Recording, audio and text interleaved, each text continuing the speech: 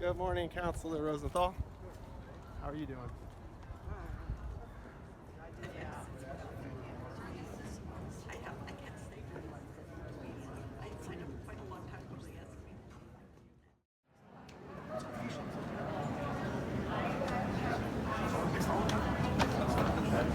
Good afternoon, everyone. Welcome.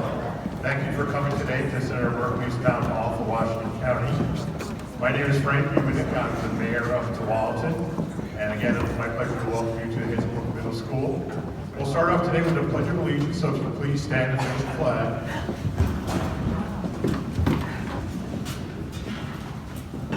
I pledge allegiance to the flag of the United States of America and to the republic which stands one nation, under God, indivisible, with liberty and justice for all. Thank you.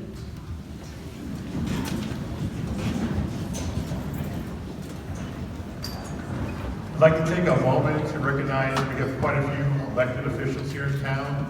I want to recognize that they, like you did, have taken out part of their day to join us today. So in no particular order, we have State Representative Ben Bowman, if you can stand. He's over there, all right. We have Washington County Commissioner Jason Snyder. We have Metro Councilor Garrett Rosenthal. Tiger Tualatin School Board Member David James. The new Mayor of Hillsborough, Beach Pace. The Mayor of Forest Grove, Melinda Wenzel. We have the Mayor of Cornelius, Jeff Lynn. Washington County Commissioner Pam Treese.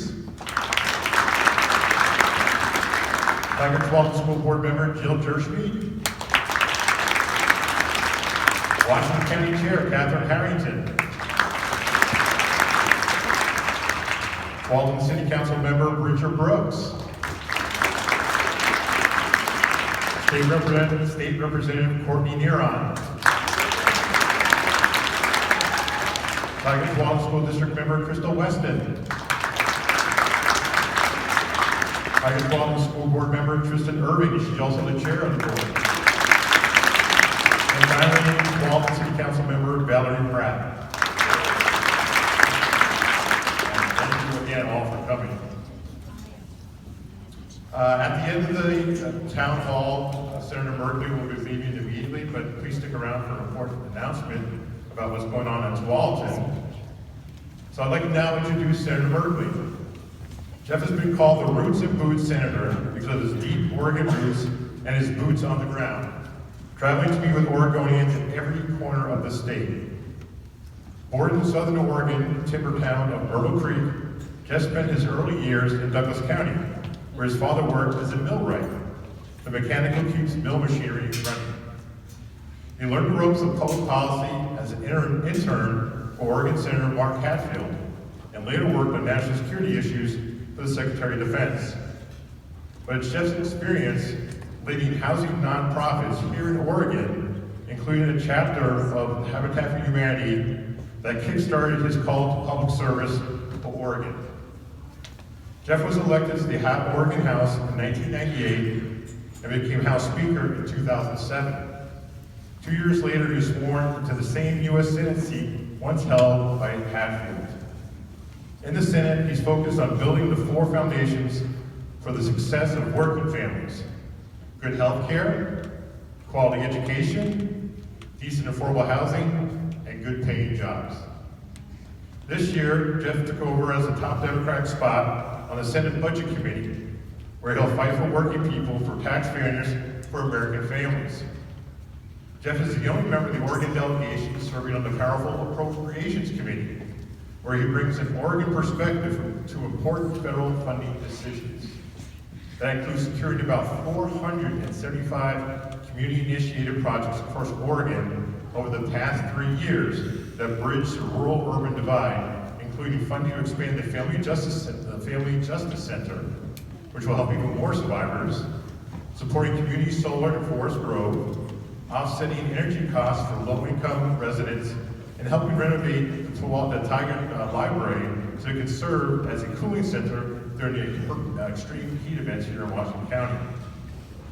Jeff also serves as a top Democrat on the Interior Appropriations Subcommittee, putting him at the forefront of securing funding for wildfire prevention and recovery.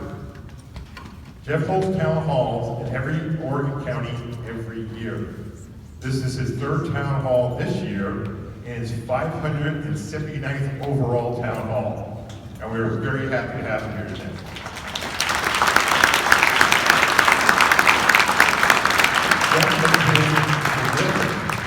On behalf of Tualatin residents, and always takes time to meet with me when I go to DC on national mayors conferences and regional transportation lobbying trips.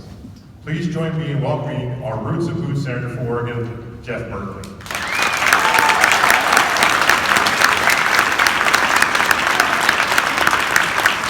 Well, greetings, everybody. Welcome to my third town hall of the year. And I must say, when I hear over 500 town halls, I don't know how that happened. But it's a lot of conversations in every part of the state, always new challenges. And with the transition at the national level, there's a whole new set of things, like hundreds of things, it seems like, in just this last week for us to explore and try to feel how we respond. I do like to start every town hall by putting a spotlight on an organization that has done wonderful things in the community. Today we're going to put that spotlight on the Tualatin River National Wildlife Refuge and more precisely the Friends of the Tualatin River National Wildlife Refuge. I went there this morning. I saw blue heron, I saw a bald eagle, I saw several types of ducks and several thousands of birds. It's really like the coolest place. So Bonnie Anderson, can you come up and join us?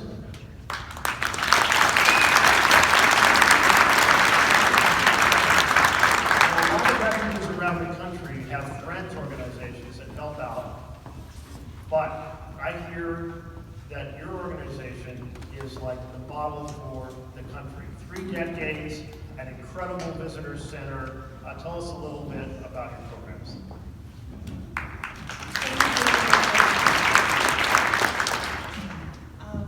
Thank you for the recognition of the Friends of the Tualatin River National Wildlife Refuge Complex. I'm Bonnie Anderson, I'm the Executive Director of the Friends, and for over 30 years, the Friends have worked side by side with U.S. Fish and Wildlife Service to ensure the refuge provides a place of respite and refuge for all of our community, but also for the thousands of migratory birds and animals that call the Tualatin River National Wildlife Refuge home, even if for just a short period of time. The Friends pride themselves on being a volunteer nonprofit that strives to joyfully connect the community with the wonder of the refuge. Much like Senator Merkley, we focus our energy on advocating for these public lands. We raise funds to support programming for the community, and we invite all of you to come out to the refuge for a walk, join a volunteer team, attend one of our many programs and activities coming up, including our Youth Climate Summit in April and our Native Plant Sale, and our big fundraiser of the year, our Brews for the Birds, and the first weekend in August. Join us in your support of your public lands. I invite you to visit and find out more on the Friends website. Thank you so much.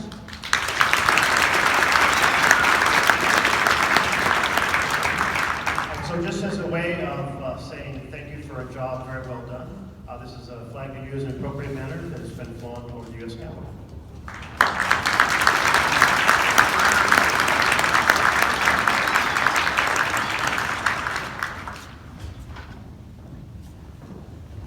How many people have been out to the refuge this year? Oh, well, all right. You know all about it. So as we start out this town hall, it's always kind of interesting to reflect on the fact that Senator Wyden and I are basically the only senators who hold town halls like this in the country.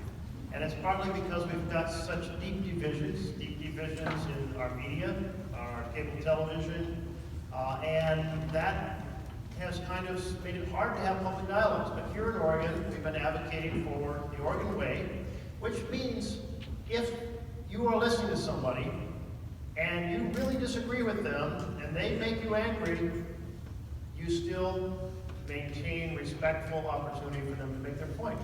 So people can make a point from any point of view. And when it's your turn, we'll ask everyone else to do the same. The second thing is we're going to have a first question and a last question from a student. And the third is that the mayor is going to mix up this bucket of tickets here, and we'll call you by number, and I'll call 3 at a time. And just raise your hand. If you don't want to ask a question or make a comment, just don't raise your hand, and we'll just keep going through the ticket and try to get through as many points as possible. So let's turn to, with that, by the way, how many of you will stick with the Oregon way during this gathering? All right, thank you. Thank you. So Damien, hi Mace. Amy, are you here? All right, we're going to get you a microphone. 9th grader at Tigard High School. I would have been terrified to stand up in a public setting in 9th grade. Loves theater, looks forward to being a University of Oregon Duck when he goes to college someday. I don't know how the Beavers who are present feel about that. They may try to persuade you otherwise. Please, go ahead. My question is, how will you ensure that programs such as ELD or English language development are not defunded? I'll repeat the question. How will I ensure that programs like English language as development, did you say? English language development, or something called English language as, learner, are not defunded?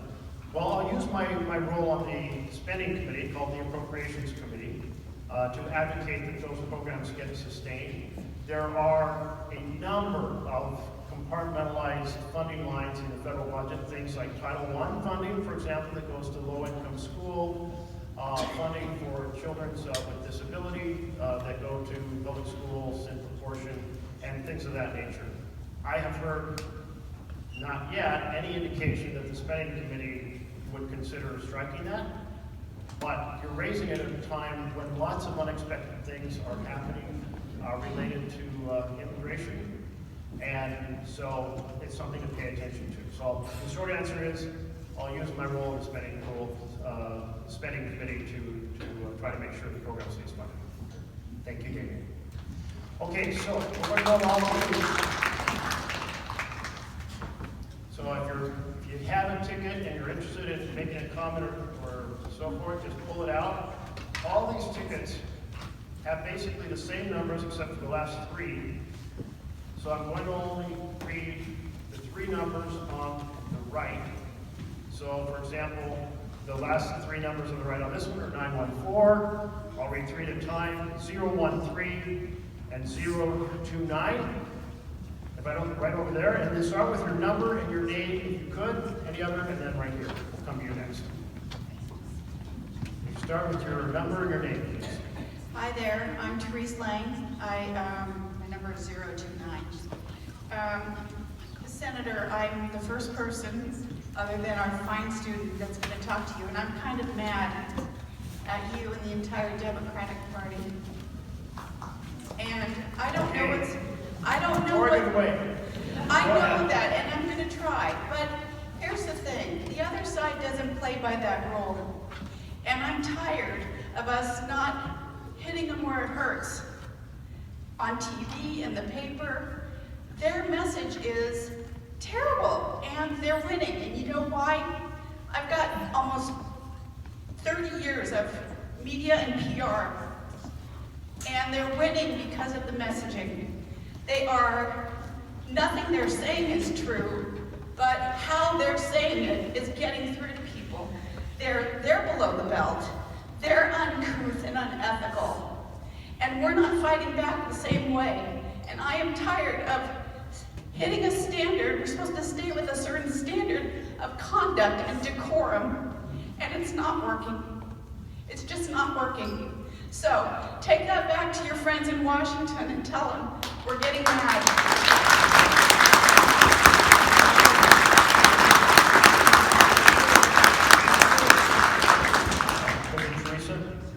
Therese, obvious your point of view resonated here, and I'm thinking about a few things that have happened just this last week.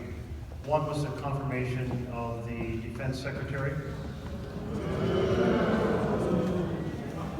If you want to see me kind of raging, watch the video of my floor speech on this. An individual who has no management background except 2 small profits that he ran into the ground. An individual who has called for the death of Muslims and has said women and minorities shouldn't be recognized and shouldn't serve. An individual who has no experience at all running anything like specialized defense policy, who is still suffering from alcoholism.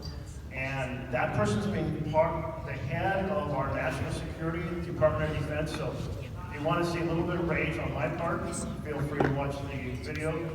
Another thing that happened this last week, well, it was not this immediate week, but previous week, a bill called Lincoln Riley.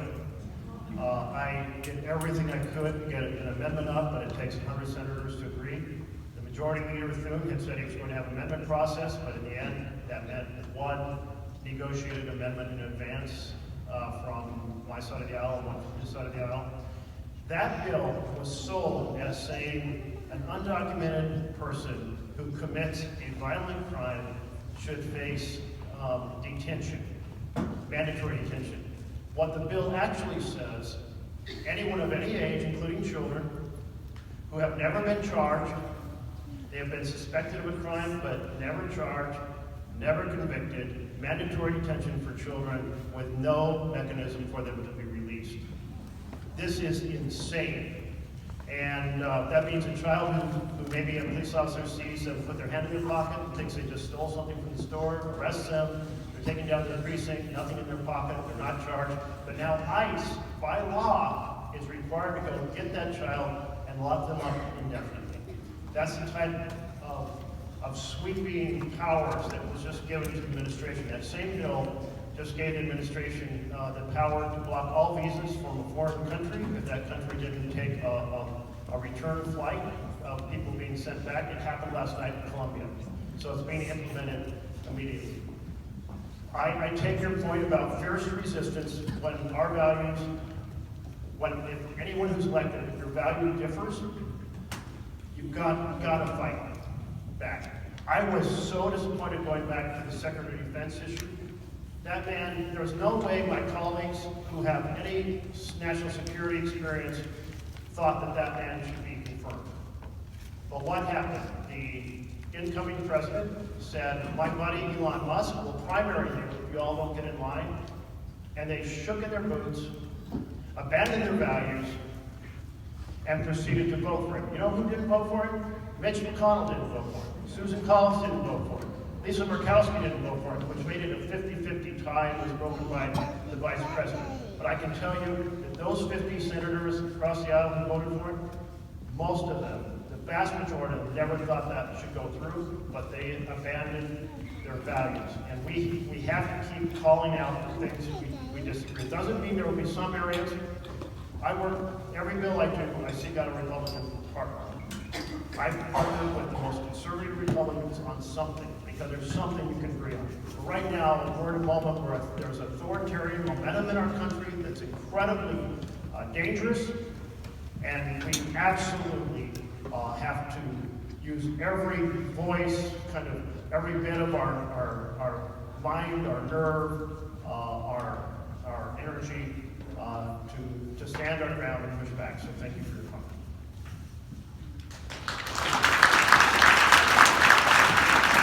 We have 914 or 031 over here.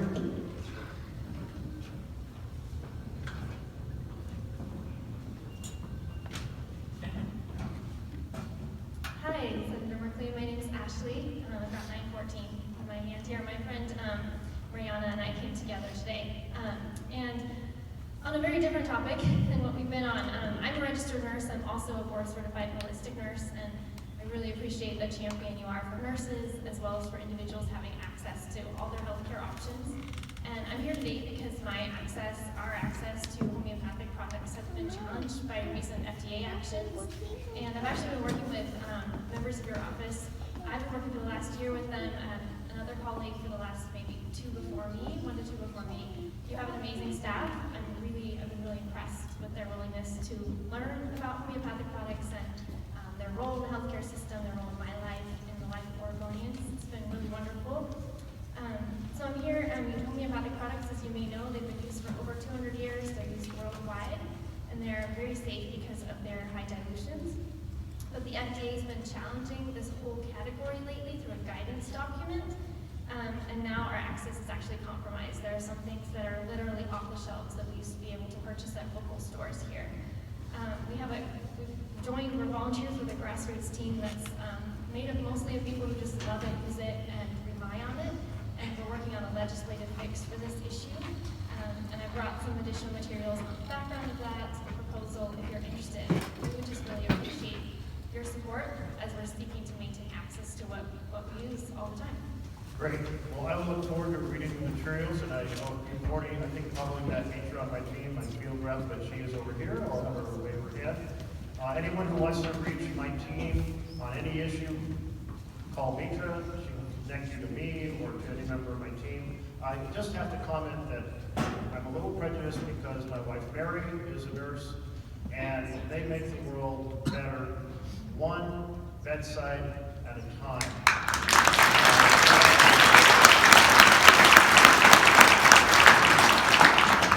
And I'm standing with all the nurses on strike at Providence. They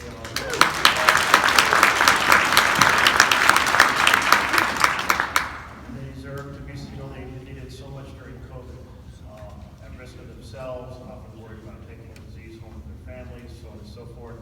The patient loads are incredible, so support your local nurses. 031, did we have that one? Not seeing it, not. Over here. Hello, Senator Merkley. I'm Tracy Livingston. I own a company called Prolific Energy. We make hydrogen from forest byproducts. What's going to happen to all the initiatives that we have been pushing forward from Obama to today with this new administration to get hydrogen as our main source of energy? So hydrogen, the administration is probably going to support hydrogen made from fossil gas, from methane gas. Because the oil and gas industry sees that as a huge growth area for what we call natural gas in society. I call it methane or fossil gas. But they are not at all excited and supporting of green hydrogen, which is made in other ways, such as you're making it from forest products, also made from electricity. And so I expect a lot of challenges, and I just heard in the meeting with the local community leaders this morning that the grant to do electric charging stations has just been canceled for Tualatin or delayed for 90 days. They're going to take on, they do not like renewable energy, they do not like electrification, and are set on, if you will, advancing every form of fossils. I gotta say, when I was a kid, my dad talked about hydrogen. Hydrogen made the right way can be a really key part of the renewable energy world, because it can serve in functions where electricity can't serve directly. But we have an administration now that does not pause at all about what's happening in terms of climate change and global warming. How many folks are concerned about climate change? How many folks are not concerned about it? Okay, so we have a mixture of views. I'm really concerned about it. If you look at the average snowpack in the Cascades over the last 9 decades, it's dropped every decade, and it's now down to close to half of the average from 90 years ago. That means less water for our farmers in spring and summer. It means less water on our trout and salmon stream. Of course, the fires we're all familiar with. Labor Day fires in 2020, 6 towns being burned down, another 6 scorched. The things that are happening off the coast in the ecosystem, we can't see them develop, but we're losing our kelp forests and a complicated set of circumstances, basically because the water's too warm and acidic. A lot is going on, and we are seeing massive changes across the country in terms of the intensity of tornadoes, hurricanes, droughts, flash floods, you name it, lots of disasters.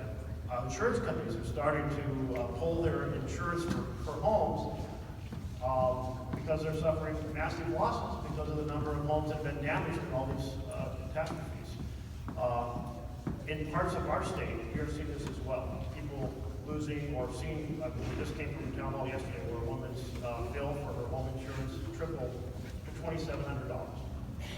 Like, she's like, I'm retired, I might be able to pay that, but, and for people who have a mortgage, they require home insurance, so you don't really have a choice if you want to keep your home. So I think we're going to see a lot of hostility. That's the short answer to your question. Maybe specific little niches, maybe not. Maybe the niche that you're working in forest products might be okay.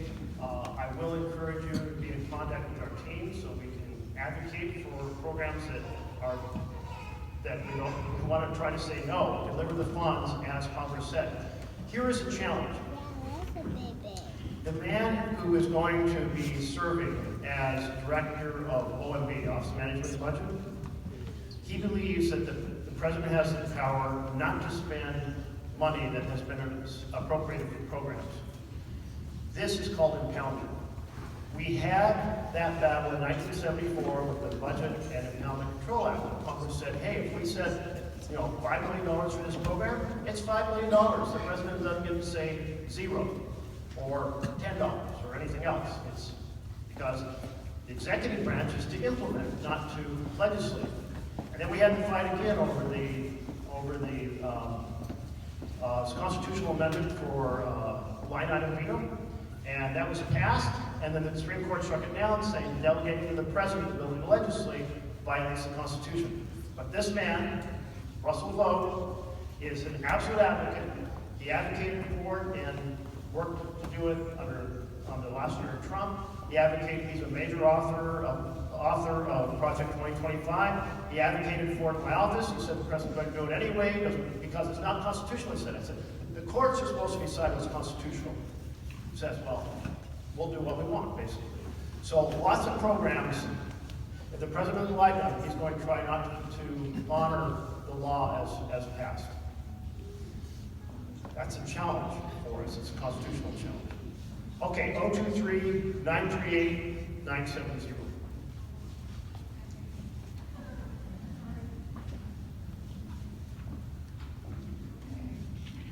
I'm number 023. My name is Neil Middleton. I'm worried about the future, and I think a lot of Americans are upset, they feel cheated, they feel like the system's rigged, and they were looking for a place to park all that work. And the incoming president has pegged that on immigrants and wokeism. What I want to know is, what is the counter narrative? And how do we effectively communicate that to the American people? They can make things up. Can we use the truth? And for years I've been wondering why Democrats are unable to have a cohesive, effective message. The only time I saw it was when Kamala got nominated. Like, all of a sudden, all the Democrats were saying the same thing at the same time. And I don't really see that. And I'm wondering what is being done to change that. Because what we're doing now, what the Democrats are doing now, does not seem to be effective at all. So in the town halls, everyone's invited. Democrats, Republicans, Green Party, Constitution Party. So I'm not going to speak to your point directly about the Democratic Party. I'm not here to advance them. I will speak from my own concern about messaging and the values I believe in. And that is, so I'm just going to summarize what Trump's message was when he campaigned. He said, I'm for families. And what we're seeing is a three-point plan. The first plan, part of the plan, is cut the programs for families. Healthcare, housing, education, you name it, child tax credit, so on and so forth. The second point of the plan is to borrow from the federal government some $2 to $3 trillion this year. And the third part of the plan is deliver changes in the tax law amounting to about $4.6 trillion, of which 80% will go to the top 10%. That's the three-point plan. I'm calling this the great betrayal. You campaign for families, you cut their programs, you run up the deficit, and you give it to the richest people. That's wrong. The great betrayal is wrong. Let's stop it.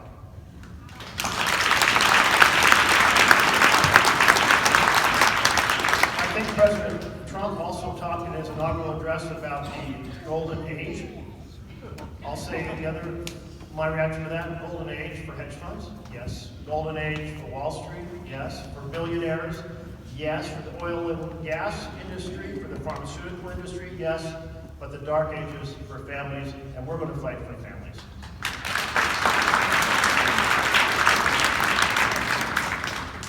(938-970). Good afternoon, sir. My name is Cliff, and I'm number 938. On Thursday, there was an article that ran in the Oregonian. Home from boot camp, Army recruit from Oregon dies of fentanyl OD. It was about a 19-year-old that just came back from boot camp. He passed away from fentanyl poisoning he purchased on social media. His dealer was given 71 months, and this is a federal crime.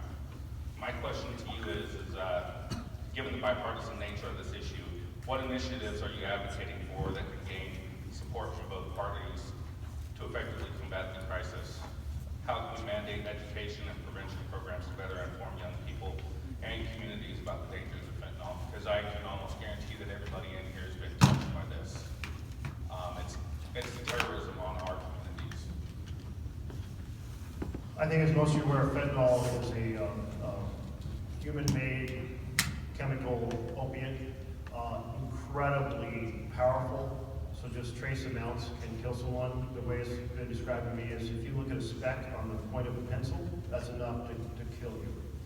And it's cheap to make, it's sold cheaply, and it is often tainting other drugs that are bought on the street. Someone might buy a drug for hyperactivity, might be tainted with fentanyl. Beaverton School District has a program of education that had a clever phrase, not one dose can kill, but something like that. One pill can kill. One pill can kill, thank you. So I advocated with the Department of Education to make this a national education program. So education of the risk is one. A second is trying to really stop the flow into the U.S. A lot of it is manufactured in Mexico. China did stop the mailing of fentanyl into our country by and large, but then it diverted into Mexico. Because it's so concentrated, like if you're trying to catch marijuana, it's in bales, like it takes up a lot of space. Fentanyl, a significant amount can be in a microscopic space, and so it's very hard to catch it. It is mostly brought in actually by U.S. citizens crossing the border who are paid to bring it back in, thinking they'll be less likely to be checked, if you will, than a visitor to our country. So more inspection at the border. But you think about all those trucks lined up on the border, it is hard to catch it, but we get a lot more inspection. So one, working with Mexico more, but they've been pretty cooperative. More inspection at the border, more education of the public, and more distribution of the ability to counter when people do have an overdose. Naloxone is the counter that has saved a tremendous amount of lives, and it needs to be readily available. All these things have been promoted in legislation we've passed. So the question is, how can we keep pushing? Because it's been, in 2023, we had a 30% increase of deaths here in Oregon. I don't have the numbers of 2024 yet. I'm told by some it did come down some with the greater education and effort, but it's hugely challenging. And you mentioned somebody buying through social media. This is the distribution networks are no longer somebody hanging out in the corner saying, hey, I've got some fentanyl, would you like to buy some? It's like kids using social media can reach out and something will be delivered to their door. So that's a very hard network for police to intercept. So I'm open to every strategy to take this on. It is extraordinarily devastating. How many people have been touched by somebody with an overdose or a death from fentanyl?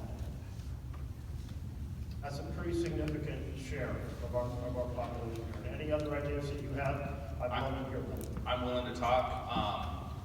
That article was wrote about my son. So whatever's needed, wherever I need to stand, whoever I need to stand with, regardless of party, I'm there to be there. Not, like I said, one pill can kill. Doesn't matter, it doesn't even have to be one pill. It can be, there's so many things. They have the test kits. Those test kits are worthless because here's the deal. You've got a pill. You cut the pill and you're not testing the whole pill, you're only testing a portion of the pill. With that portion of the pill, when they go to test it, it doesn't necessarily come back with fentanyl because it's not that big. The molecules for it is not that big. So the rest of the pill can have it in it. So as they break it up and they give it to whoever, they've tested it, everybody thinks it's good. It's not. First of all, I'm so sorry about lawsuits. It could be any one of our children could have bought something on social media and so our hearts are with you, and if you're willing, I'll have you share your name with my team. Stacy's right next to you, and maybe if you feel it's appropriate, we can also publicize your story, because I think stories from people who've been affected help others take it seriously and go, okay, that's real. Policy devoid of the human story doesn't have an impact in terms of people thinking hard about this. That's why I'm here. Thank you.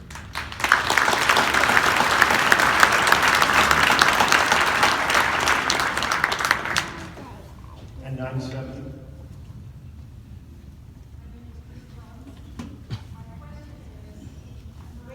We're getting you a microphone. No, we need a microphone.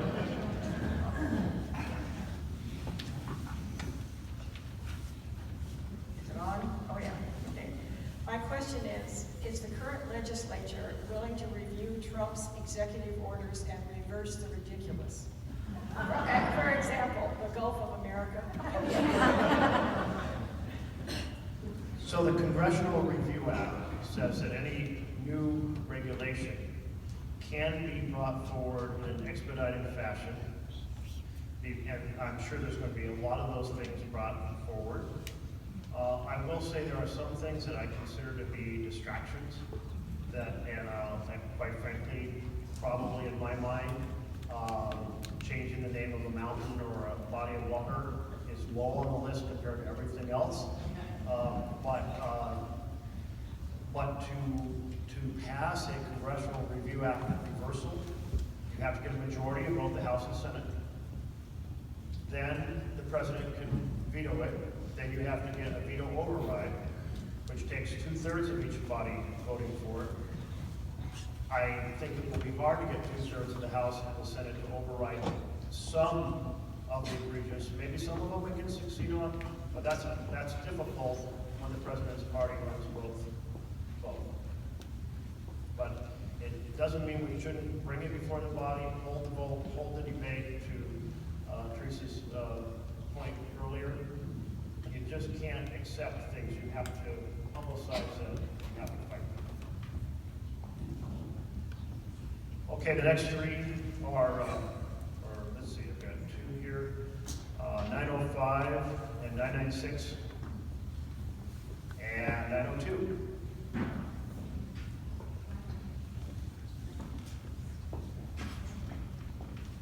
Maybe you can start with your number and your name, please.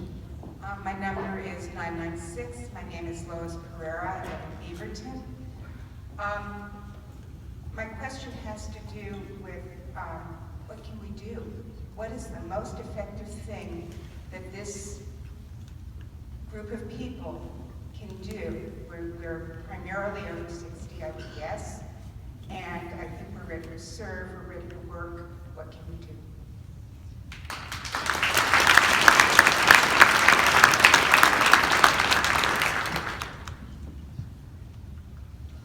So one is to use your voice to publicize the things that make you angry.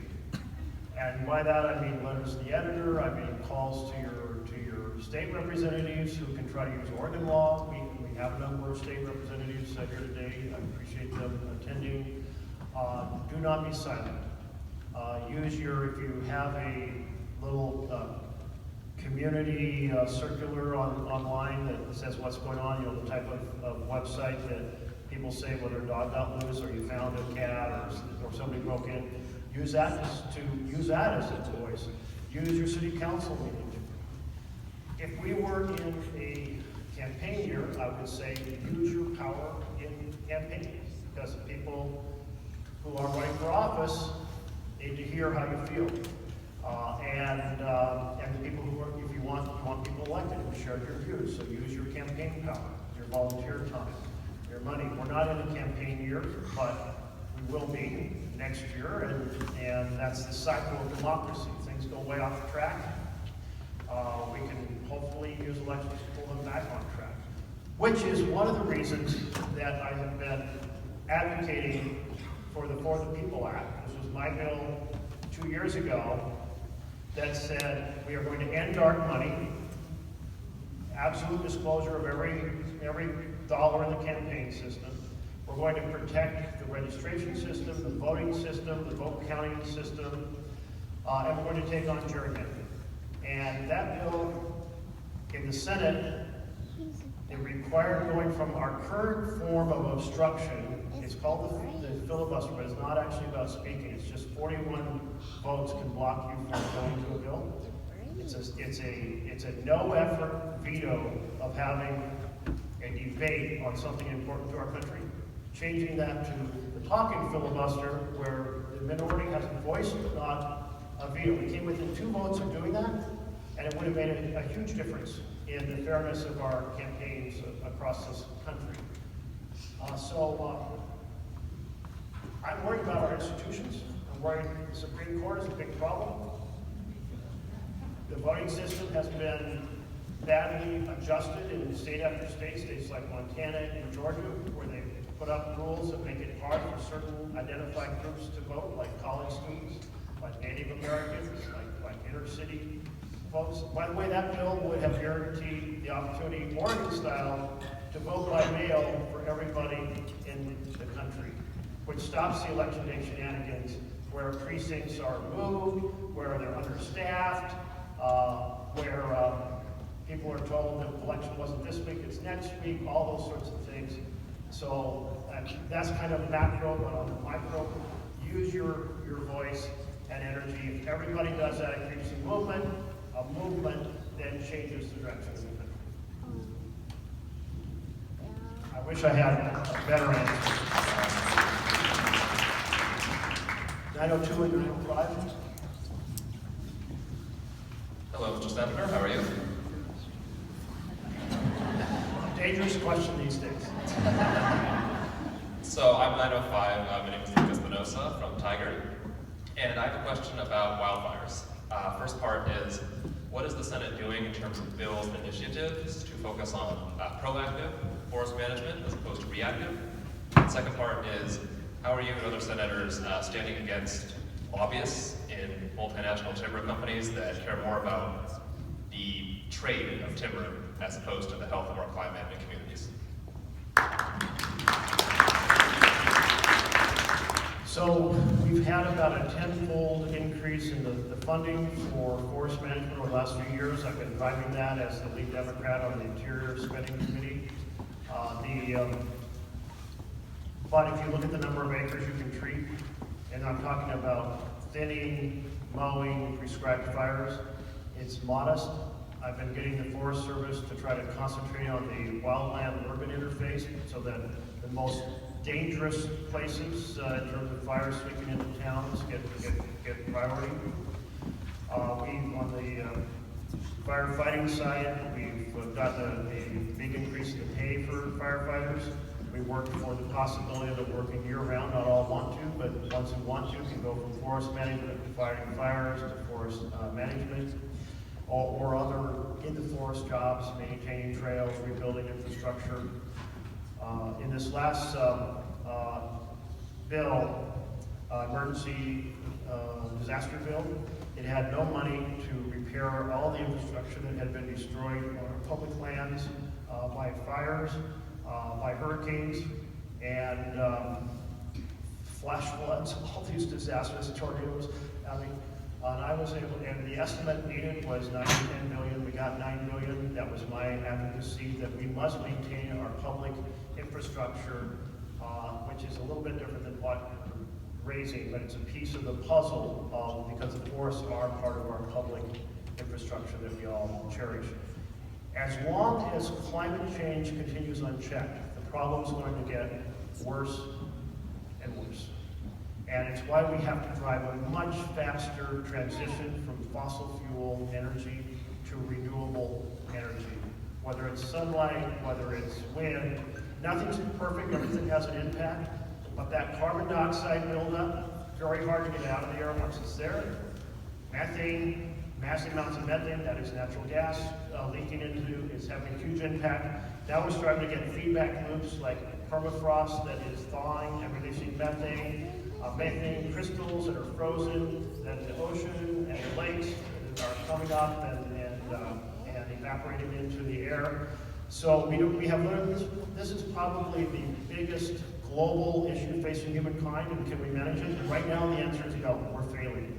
If you go back to Paris, we had more presidents and dictators of countries around the world come together in Paris 2015 than at any other time. But the Paris Agreement simply said, we've got a big problem, go home and do something about it. It had no actual teeth. Well, here we are, now 10 years later, a decade later, humankind is putting far more carbon dioxide and methane into the air than we were 10 years ago. When I first became kind of really conscious of this challenge, we were somewhere in the low 300s in parts per million for carbon dioxide. And you may remember there was a movement called 350. There's an environmental organization named that that say, basically, we can't go over 350 parts per million. We are now over 400, and we're going up about 3 parts per year. The level for a huge amount of millennium before industrialization was about 280. About 280. We are way over it. The planet's warming. We're seeing the real impacts. The Amazon River hit 100 degrees. The water off the coast of Florida hit 100 degrees. Coral across the planet is dying because of the higher temperatures. I mean, it is everywhere we look. It is so clear, it is so destructive, and we have not begun to get control of it. So I know that we started with forests and fires, but listen, there was a study during the Obama administration that was never published, I think, because they thought it was too early. It said by the end of the century, the forests of the Pacific Northwest will be gone from disease, drought, and fires. And I tell you, the fires we're seeing, we had more acres burned in Oregon last year than any other year. It seems like we're headed that direction. We've got to transition to renewable energy fast. Senator, we have about 10 minutes left. Okay, 10 more minutes. 902. Seeing none. 946. 911. 929. We need to leave time for a student at the end. So, any of those three? Right here. We're getting you back. If you can start with your number and your name, please. Hi, I'm Nancy Minden. I'm from Salem. My number is 946. And I have a kind of a curiosity question. So President Trump is talking about getting rid of FEMA completely or something. If you were going to do that in the normal course of Congress and laws, if you were going to do that in the normal course, what would have to happen? I mean, I've never heard of somebody just saying, we're going to get rid of this agency. That's not going to happen.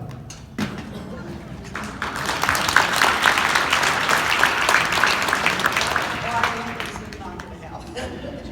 Because the funding comes through the regular appropriations process, and there's no way they're going to get a supermajority on an appropriation and spending bill if they're taking down FEMA. And realize, red states, red counties, blue counties, all affected by disasters. There has to be a backup. I've been trying to get a FEMA to actually expand into the forest fire area for the big fires. Look at these disasters over North Carolina, Florida, Georgia. They've all gotten huge, Texas, huge amounts of support from FEMA to recover. It's essential. They may not be the best run all the time, But it's really complicated moving in after a disaster, and tons of people are homeless, or at the fairgrounds, they've lost their documents. But take them away, utter horrific for the families affected by disasters. Cannot happen. Thank you. 9/11 and 9/29.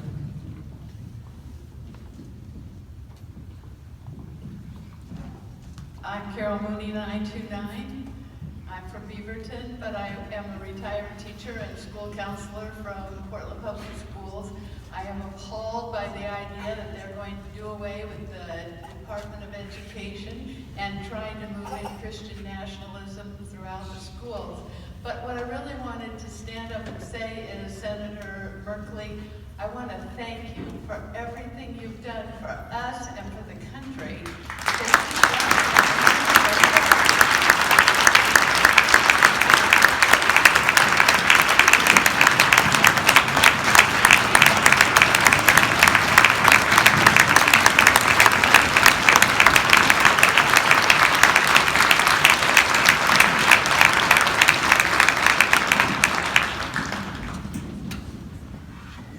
Call on you anytime you want to be. And then I think we have one more person before we turn to our student. Hello, turkey. Did we have anyone that was? Okay, we'll turn to our student. So our student is Nirav Prakash, who is a junior at Westview High School. Nirav? Are you here? There you are. Okay, great. Yeah, hi. It's so great to be here today. And I was wondering, what kind of measures are being taken to prevent predatory lending in working families, and how do you think the president being elected is going to impact that? Did you say predatory lending generally, or did you say that some version of it? Just specifically in working families. Working families. So, back when I was in the state legislature, so I was first in 1999. I made taking on the payday lending a top priority. We had 300%, 500% interest rates, and I lost. And I lost in 2001, I lost in 2003, I lost in 2005, and then I became speaker in 2007. And we banned predatory, well, that is payday lending and card title lending with these huge interest rates. And so that was good, because a lot of states are just still rampant.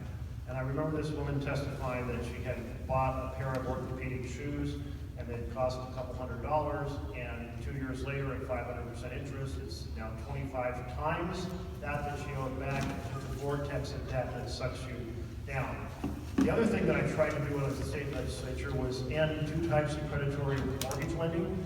One of those was called triple option loans, where you could pay a normal payment where your part of your payment goes towards taking down what you owe, and another one that paid interest only, and another one that actually paid less than the interest and the loan kept growing in size, and another one in which, another type of loan, mortgage loan in which it had a subsidized very low rate for 2 years, often like 3%, but then after 2 years it would jump to 9%, and the family would lose their home. We passed it in the Oregon House when I was speaker. The Oregon Senate wouldn't take it up. Then the argument was, well, in Oregon we're only able to control state chartered banks, and therefore it's unfair because the state chartered banks would have to abide by these rules, but the federal banks would not. And so I said, well, if I get elected to the Senate, I'll take it on for all the banks in the country. And when I started talking about this after I was elected to the Senate, Chris Dodd was chair of the banking committee, and I was in caucus saying, we've got to take on this predatory lending. It's turning the dream of home ownership into a nightmare. And he slipped into the seat behind me and said, we need you on the banking committee. I was added to the banking committee, and the Dodd-Frank law ended those predatory mortgage lending and restored fairness in home loans across the country. So that's my attitude. I'm taking it on. Unfortunately, the payday lending piece, we have not been able to win nationwide. There is one thing we got nationwide, which was banning payday lending to military families. And the argument was, We're hurting our national security by allowing military families to be sucked into a vortex of debt. I responded and said, if it's bad for military families, isn't it bad for every other family? But we weren't able, the payday lenders put huge amounts of money into campaigns, and we were not able to get the ban, nationwide ban. If you have other examples or ideas about predatory lending that you're concerned about, please talk to my team and we'll see how we can take it on. Because fair lending is essential for families to succeed.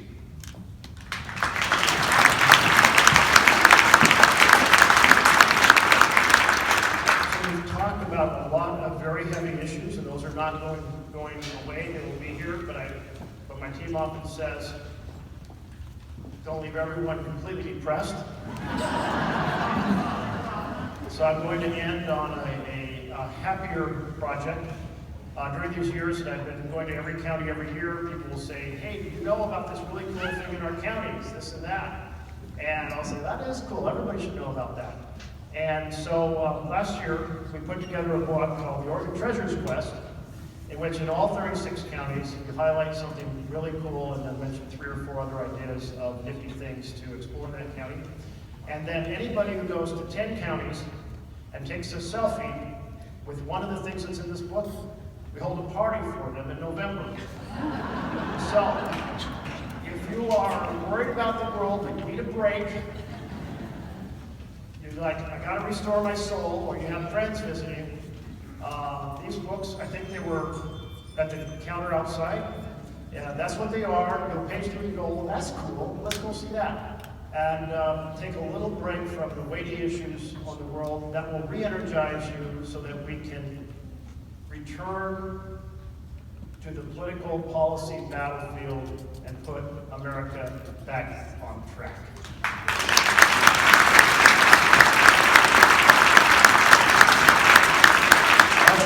Turning the town hall back over to the mayor, please listen to his announcements. Thank you all very much for being engaged citizens, because a democracy does not thrive unless citizens are engaged. Well,